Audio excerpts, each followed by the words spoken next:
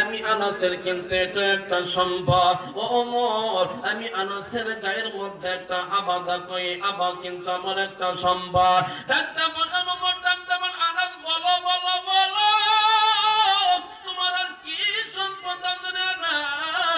একটু ডাক্তার বলো ওমর ভাই, আমার যে একটা ওজন পেয়ালাটা তুমি তাকায় দেখো রে, এটা কিন্তু আমার একটা সম্পদ।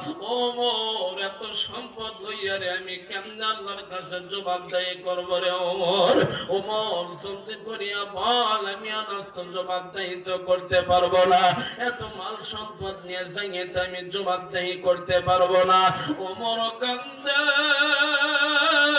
এ বন্ধুরা, মসজিদ নববীর মধ্যে সমস্ত সাহাবায়ে কেরাম কান্দে। এক পর্যায়ে মসজিদে নববীর মধ্যে কান্নার রোল পয়দা হইয়া গেছে। কেন কান্নার রোল পয়দা হইয়া গেছে?